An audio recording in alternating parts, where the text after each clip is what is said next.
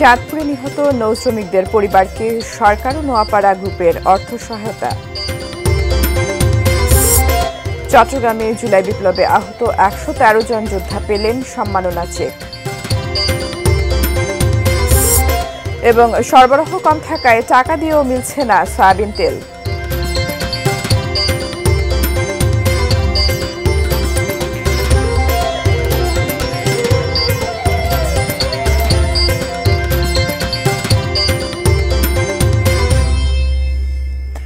ATN news দেখছেন। আমন্ত্রণ জানাচ্ছি দেশের খবরের সঙ্গে আছি আমি ফারহিন টুম্পা।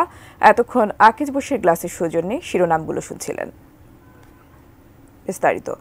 গত বছর চাঁদপুরে একটি সারবাহী নৌযানে নিহত শ্রমিকদের পরিবারকে ৩ লাখ টাকা করে আর্থিক সহায়তা দিয়েছে দেশের শীর্ষস্থানীয় শিল্প প্রতিষ্ঠান নোয়াপাড়া গ্রুপ।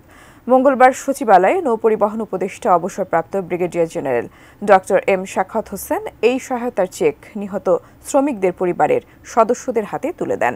এ সময় শ্রম ও কর্মসংস্থান মন্ত্রণালয়ের শ্রমিক কল্যাণ ফাউন্ডেশন থেকে আলাদা ২ লাখ টাকার চেকও তাদের দেওয়া হয়। রেজান ফয়েজের রিপোর্ট। গত ২৩শে ডিসেম্বর চাঁদপুরের মেঘনা নদীতে নোঙর করা এমভি আল বাখেরা নামক সারবাহী জাহাজে সহকর্মীর দ্বারা হত্যাকাণ্ডের শিকার হন জাহাজটির মাস্টারসহ ৭ জন। মঙ্গলবার নৌ পরিবহন মন্ত্রণালয়ে ওই ঘটনায় নিহত ৬ শ্রমিকের পরিবারকে আর্থিক সহায়তা প্রদানের জন্য এই অনুষ্ঠানের আয়োজন করা হয়। নৌ পরিবহন উপদেষ্টা অবসরপ্রাপ্ত brigadier general doctor M Shakhawat হোসেনের বিশেষ এই উদ্যোগের পাশে দাঁড়িয়ে নিহত শ্রমিকদের প্রতিটি পরিবারকে ৩ লাখ টাকা করে সহায়তা দিয়েছে দেশের শীর্ষস্থানীয় শিল্প প্রতিষ্ঠান নোয়াপাড়া গ্রুপ। এছাড়া শ্রম ও কর্মসংস্থান মন্ত্রণালয়ের শ্রমিক কল্যাণ ফাউন্ডেশন থেকে ২ লাখ টাকা করে তাদের দেয়া হয়। নৌ পরিবহন মন্ত্রণালয়ের সভাকক্ষে নৌ পরিবহন এবং শ্রম ও কর্মসংস্থান উপদেষ্টা নিহত শ্রমিকদের পরিবারের হাতে এই ৫ লাখ টাকার চেক তুলে দেন।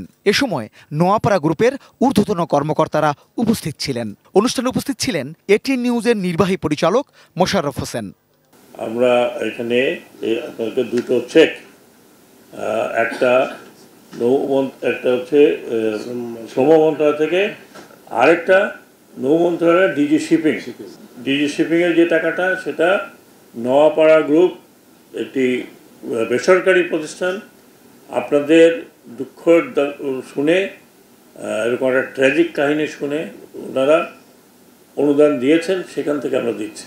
গত বছর এমভি আল বাখেরায় এই দুঃখজনক হত্যাকাণ্ডের কথা জানার পরই নোয়াপাড়া গ্রুপের ব্যবস্থাপনা পরিচালক সাইদুর রহমান লিটু নিহতদের পরিবারকে এই আর্থিক সহযোগিতা দেওয়ার ঘোষণা দিয়েছিলেন।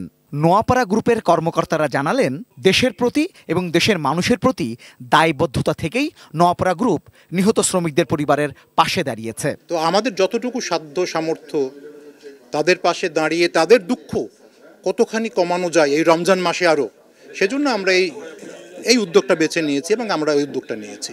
ভবিষ্যতেও দেশের যে কোনো প্রয়োজনে নোয়াপাড়া গ্রুপ বাংলাদেশের মানুষের পাশে থাকবে বলেও জানান তিনি।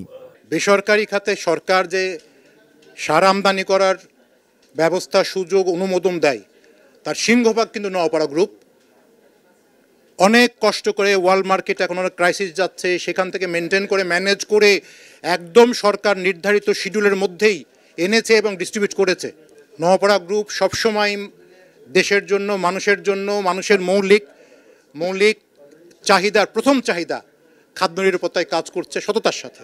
সহায়তার চেক গ্রহণ করে নিহতদের পরিবারের সদস্যরা সরকার এবং নোয়াপাড়া গ্রুপের প্রতি কৃতজ্ঞতা জানালেন। নোয়াপাড়ার থেকে আমাদের ৫ লাখ টাকা দিয়েছে, আমরা ওই টাকা দিয়ে সংসারে আয় উন্নতি করে খাবো। নোয়াপাড়া ট্রেডার্স এবং শ্রম মন্ত্রণালয় থেকে যে টাকাগুলো আমাদেরকে মোট যে ৫ লক্ষ টাকার একটা চেক দিছে, আসলে শোকের পার, তারপরেও ধন্যবাদ জানাতে হয়, কারণ যারা আমাদের জন্য এত কিছু করছে। Rezwan Faiz, ATN news, Dhaka. চট্টগ্রামে জুলাই বিপ্লবে আহত ১১৩ জন যোদ্ধাকে দেওয়া হলো সম্মাননা চেক।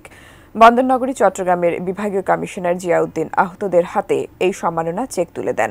মঙ্গলবার সকালে নগরীর শিল্পকলা একাডেমির অডিটোরিয়ামে জুলাই শহীদ স্মৃতি ফাউন্ডেশনের উদ্যোগে প্রত্যেককে ১ লাখ টাকার চেক দেওয়া হয়। অনুষ্ঠানে জেলা প্রশাসক ফরিদা খানম, জুলাই শহীদ স্মৃতি ফাউন্ডেশনের সিইও মীর মাহবুবুর রহমান স্নিগ্ধ সহ ফাউন্ডেশনের কর্মকর্তারা উপস্থিত ছিলেন। সিইও মীর মাহবুবুর রহমান স্নিগ্ধ বলেন, এরই মধ্যে সরকারিভাবে আহতদের পুনর্বাসন ও পরিবারকে সহায়তা করতে নানা উদ্যোগ নেওয়া হয়েছে। আহতদের সঠিক তালিকা করতে একটি কমিটি কাজ করছে। এ পর্যন্ত ৫৫৫ জন আহতকে শনাক্ত করা হয়েছে। এই প্রক্রিয়া চলমান থাকবে বলে জানিয়েছেন জুলাই শহীদ স্মৃতি ফাউন্ডেশনের কর্মকর্তারা। সবচেয়ে বড় প্রায়োরিটি তাদের চিকিৎসা, তাদেরকে যাতে সুস্থ করে তোলা যায় এবং তারা যতটুকু সুস্থ হওয়া সম্ভব ততটুকু সুস্থ করে সে তাদের শরীরের কন্ডিশন অনুযায়ী যেই কাজ তাদের জন্য সক্ষম তারা করতে সক্ষম সেই কাজের একটি ব্যবস্থা তাদেরকে করে দেওয়া হচ্ছে। কি করে আসলে খুব সঠিক নির্ভুল করা যায় আমরা দফায় দফায় কাজ করেছি।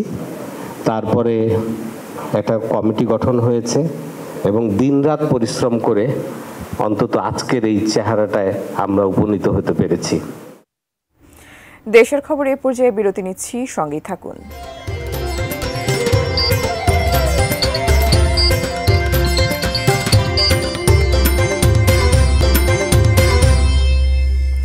বিরতির পর আবারও স্বাগত। দেশের খবর দেখছেন।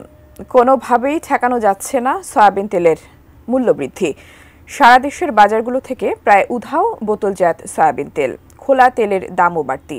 সরবরাহের পাশাপাশি বাজার তদারকির ঘাটতিকে এজন্য দায়ী বলে মনে করছেন গ্রাহক সহ সংশ্লিষ্টরা। প্রতিনিধিদের তথ্য ছবিতে ডেস্ক রিপোর্ট। বন্দরনগরী চট্টগ্রামের নিত্যপণ্যের বাজার কিছুটা স্থিতিশীল, তবে নগরীর বিভিন্ন বাজার ও পাড়া মহল্লার দোকানগুলোতে রয়েছে সয়াবিন তেলের সংকট। বিক্রেতাদের দাবি, প্রায় 1 মাস ধরে এই সংকট চললেও গত কয়েকদিন ধরে তা আরও তীব্র হয়েছে। কোনো প্রতিষ্ঠান তেল সরবরাহ করছে না বলে অভিযোগ তাদের। সেই সঙ্গে রয়েছে সরবরাহকারীদের বিভিন্ন শর্ত জুড়ে দেওয়ার অভিযোগ। ফলে অনেক দোকানই বন্ধ রেখেছেন তেল নেওয়া। তেলের সাথে লবণ নিতে হবে, আটা ময়দা নিতে হবে, আর না হয় রূপচান্দা বলছে চিনি গুঁড়ো নিতে হবে। হ্যাঁ, ওনারা এটা বলছে। নীলফামারীতে অন্যান্য সবজির দাম কিছুটা সহনীয় থাকলেও চড়া দামে বিক্রি হচ্ছে লেবু, শসা ও বেগুন। এ জেলার বাজার থেকেও উধাও সয়াবিন তেল। বাড়তি টাকা দিয়েও মিলছে না সয়াবিন তেল। কাঁচা বাজারও অনেক নিয়ন্ত্রণে আছে এবং ফল শাকসবজি যা আছে, একটু লেবুর বাজারটা বেশি। লেবু বেচতেছি আমরা মনে করেন যে 50 টাকা হালি, কিনা আমাদের মনে করেন যে 12 টাকা পিস।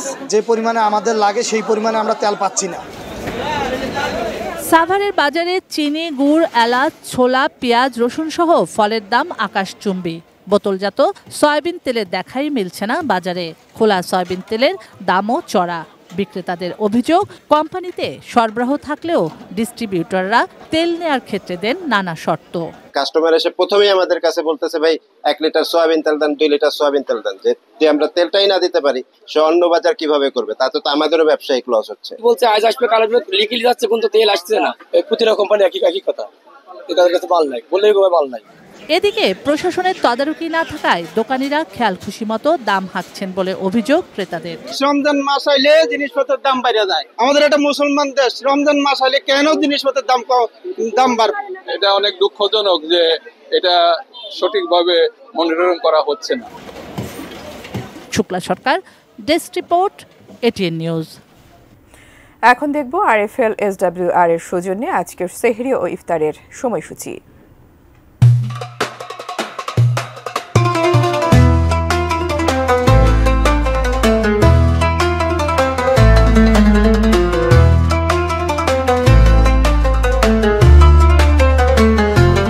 আরএফএল এসডব্লিউআর পাইপি মাপে যা বলে তাই দেয়। RFL SWR pipe and fittings.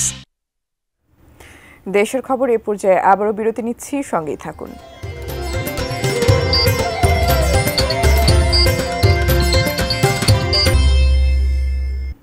বিরতির পর আবারও আমন্ত্রণ দেশের খবরে।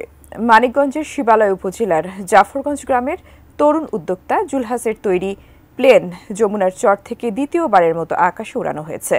যমুনার চর থেকে বিষয় বিস্তারিত জানিয়েছেন প্রতিনিধি মোহাম্মদ সুজন খন্দকার। আমি এই মুহূর্তে রয়েছি মানিকগঞ্জের শিবালয় উপজেলার যে জাফরগঞ্জের যে যমুনার চর রয়েছে সেখানে। এই গ্রামের একজন তরুণ উদ্যোক্তা জুলহাস, যিনি একটি প্লেন আবিষ্কার করে আপনি জানেন যে নেট দুনিয়ায় কিন্তু সাড়া ফেলেছে। আমি জুলহাসের সাথে কথা বলেছি, তিনি আমাদেরকে জানিয়েছেন যে তিনি প্রায় 2 বছরের চেষ্টা এবং 1.5 লাখ টাকা খরচ করে তিনি এই বিমানটি তৈরি করেছেন। আমার পিছনে যে বিমানটি দেখা যাচ্ছে এটি উনি তৈরি করেছেন এবং এটি উনি তৈরিতে ব্যবহার করেছেন মূলত স্যালো মেশিনের ইঞ্জিন এবং পাখা এবং ডানা এবং বডির জন্য উনি ব্যবহার করেছেন হচ্ছে কাপড় এবং অ্যালুমিনিয়াম এবং কাঠ। এখন পর্যন্ত উনি এটা 50 ফিট পর্যন্ত উপরে তুলেছেন, তবে এটা উনি চাইলে আরও বেশি উপরে তুলতে পারেন। যেহেতু ওনার এই বিষয়টা সম্পর্কে কোনো ট্রেনিং বা অভিজ্ঞতা নেই, সে কারণে উনি এখন পর্যন্ত 50 ফিটের মধ্যে রেখেছেন। জেলা প্রশাসক বলেছেন যে এ ধরনের একটা উদ্যোগকে বাস্তবায়ন করার জন্য জেলা প্রশাসকের পক্ষ থেকে জুলহাসকে সব ধরনের কিন্তু সহযোগিতা করা হবে। যে এই ছিল মানিকগঞ্জের শিবালয়ের এই জাফরগঞ্জ যমুনার চর থেকে আমার কাছে সর্বশেষ। দর্শক, এই ছিল দেশের খবরে। সঙ্গে থাকার জন্য ধন্যবাদ সবাইকে।